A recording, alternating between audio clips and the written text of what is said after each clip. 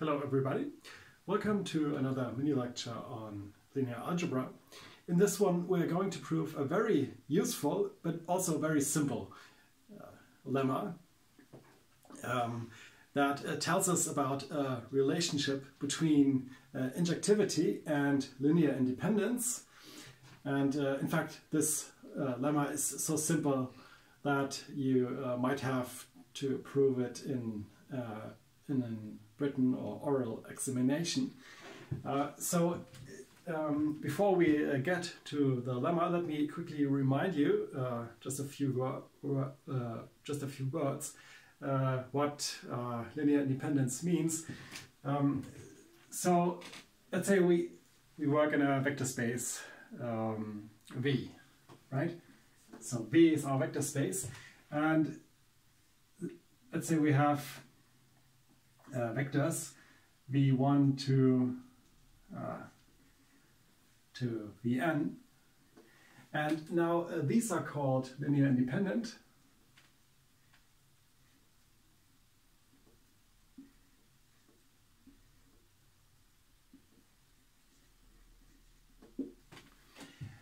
If the following is true, for every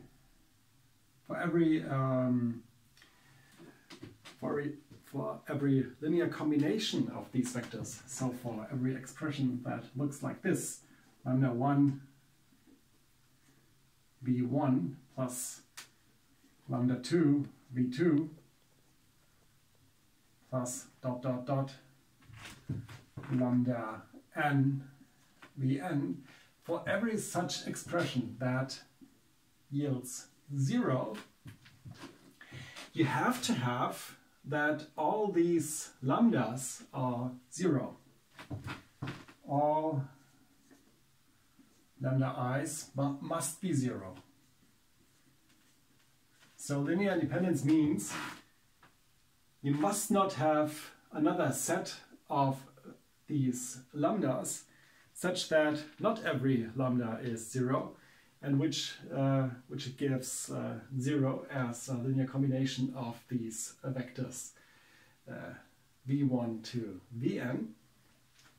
So this is just a quick reminder on this concept of linear independence.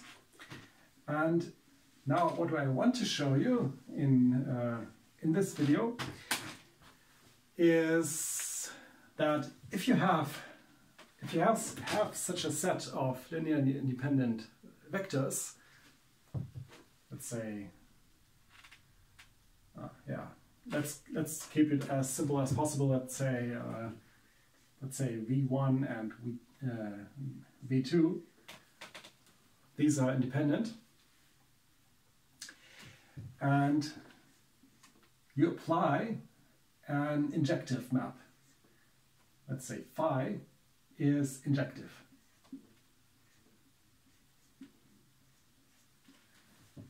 So no two different elements get mapped to the same element in the image. This is what injective means.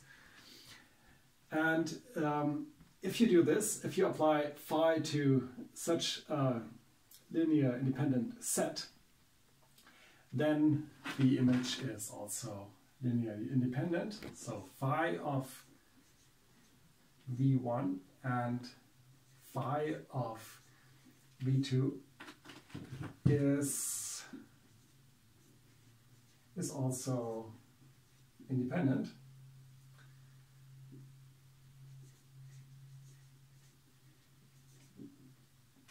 This is what we want to prove. And of course we are going to use this definition of independence that I have just reminded you of. So let's look at linear combinations of these elements. So let's say we have lambda 1 phi of v1 plus lambda 2 phi of v2, and let's say this is a linear combination that is 0.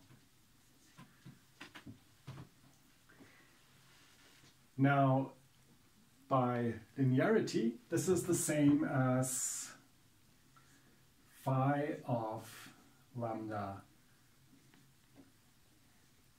v1 plus phi of lambda 2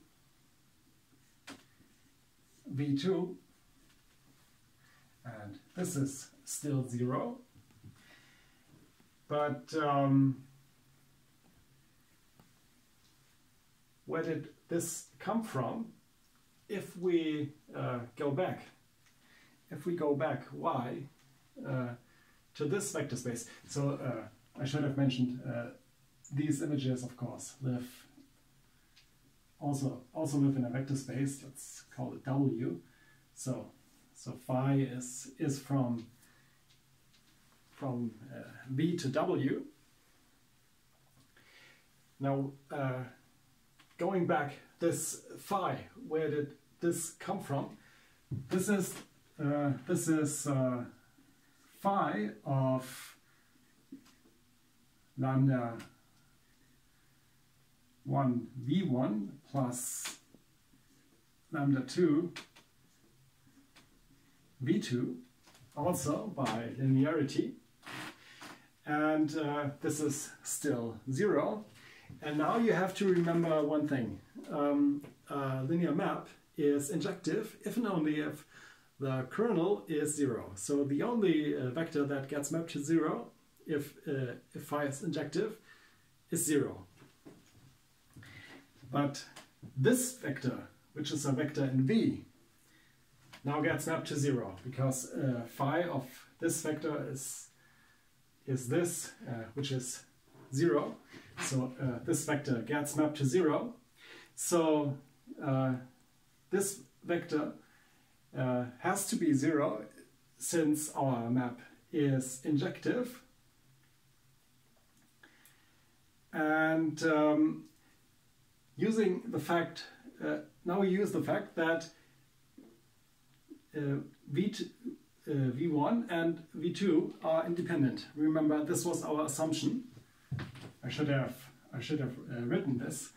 So these two are independent.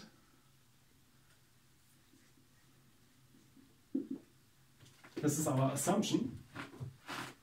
And now we have a linear combination of these two that is 0. This vector here, forget about the phi at the moment, this vector here is 0. This is what we have just shown. And this means, since these two are independent, that lambda 1 and lambda 2 have to be 0. But this means that these scalars, lambda 1 and lambda 2 over here, have to be 0.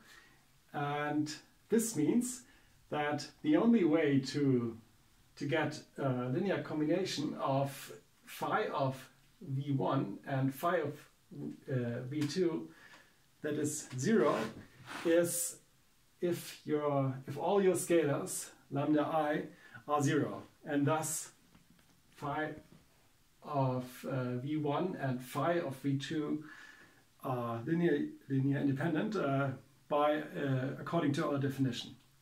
And this concludes the proof of this lemma. So thank you for watching and see you next time.